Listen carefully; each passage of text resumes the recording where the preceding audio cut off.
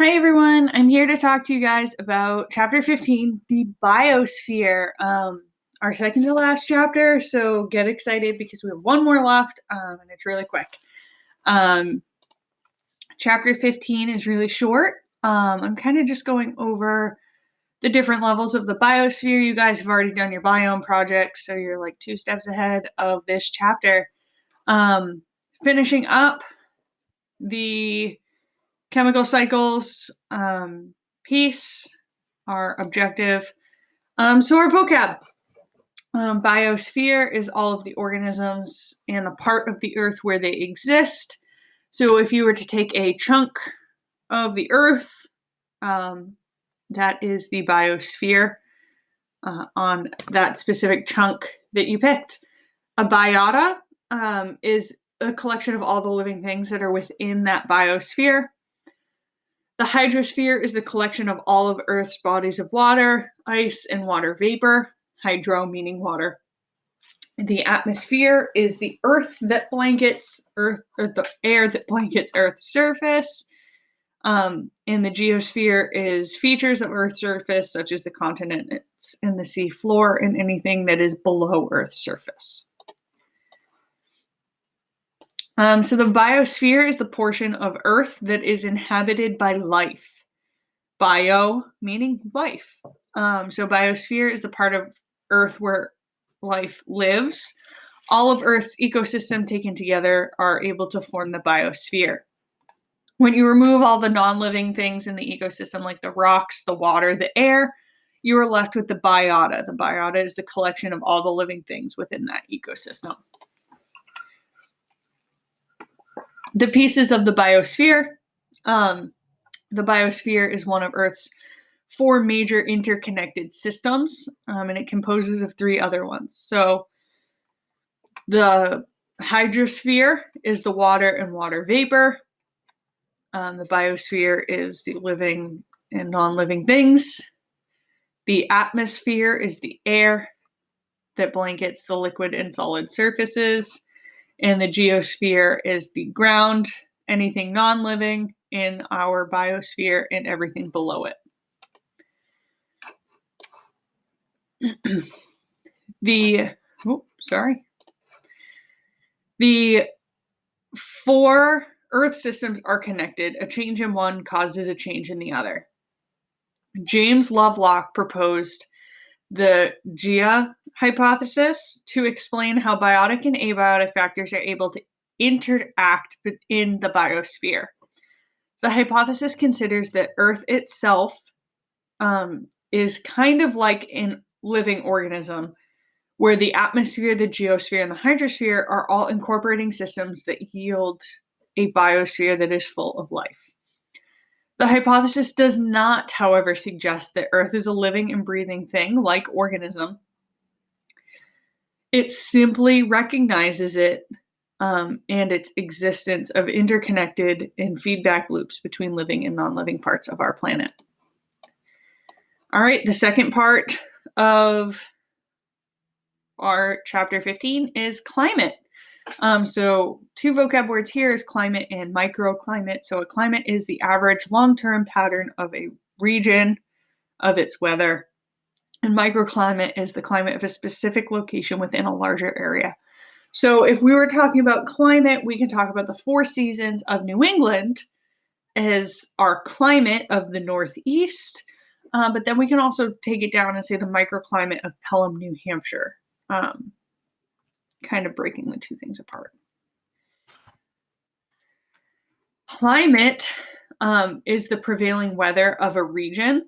So weather of an area is constantly changing from day to day. We know that. We live in New England. Literally, it snowed last week. Then it was 80 2 days before that. Like, we live in a crazy area. Climate is the long-term pattern of weather conditions in a region. Climate includes average temperature, average precipitation, and relative average humidity. So we're able to sit here and say, well, the average for today in Pelham is 63 degrees because we have all of this data of years and years and years to make that average climate for Pelham. Just because it's the average doesn't mean it's the actual temperature. There are key factors to climate. Those can include temperature, sunlight, water, and wind. These are abiotic factors that shape the area's ecosystem, such as temperature and moisture specifically. A microclimate, so even in a specific region, climate changes and may actually change and vary very drastically. There have been times that I have been in Florida visiting my grandmother, and it has rained across, literally, in her neighbor across the street, and been sunny and 75 over her house. It's the craziest thing to see that rain line is crazy, but it varies drastically. Microclimate is the climate of a specific place within a larger region. So looking at Pelham, New Hampshire, instead of the Northeast as a whole. It may be a hole in a decaying log where mushrooms grow, or it could be as large as a city neighborhood. Microclimates can be super small, but they can also be super large because they vary greatly within that one big climate region. Our Earth has 3 main climate zones. The use of average temperature and precipitation levels helps us categorize specific regions. So we have the Arctic zone, we have the polar zone up north. At the North Pole is the Arctic zone. We have the temperate zone, which is where we live. We live in the northern temperate zone. Then you have 2 tropical zones, one north of the equator and one south of the equator. The tropic zone that is north of the equator is called the Tropic of Cancer. The one that is below is called the Tropic of Capricorn. And then we have another temperate zone, and we have our South Pole zone, which is our Antarctic zone. So I tend to like this graph just a little bit more because it really breaks up.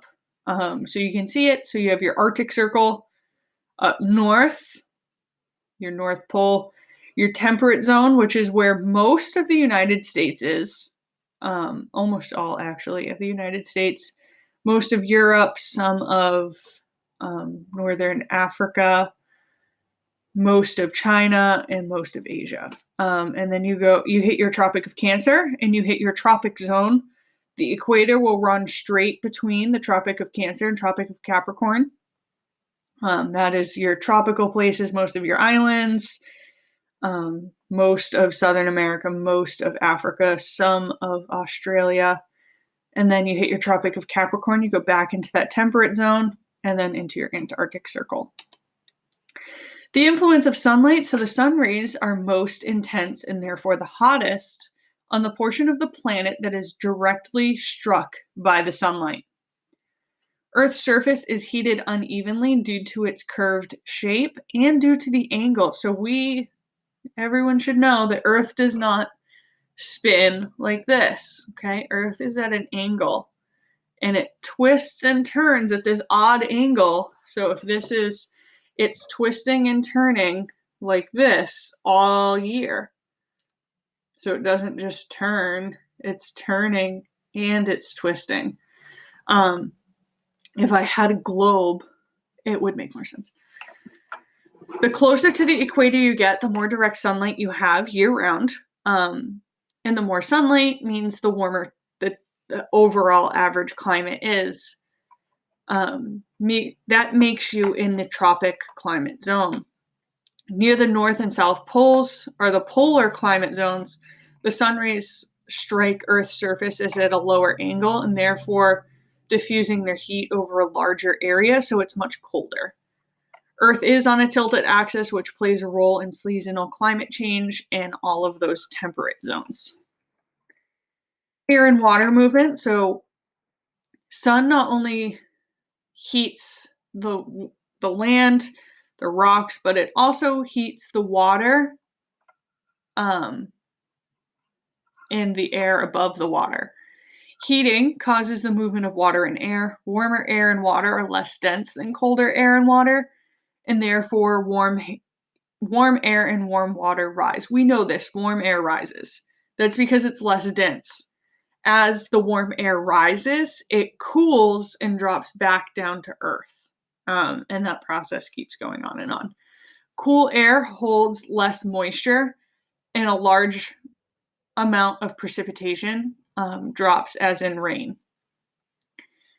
The movement of air leads to the movement of water, forming the ocean currents, because warm water will also rise.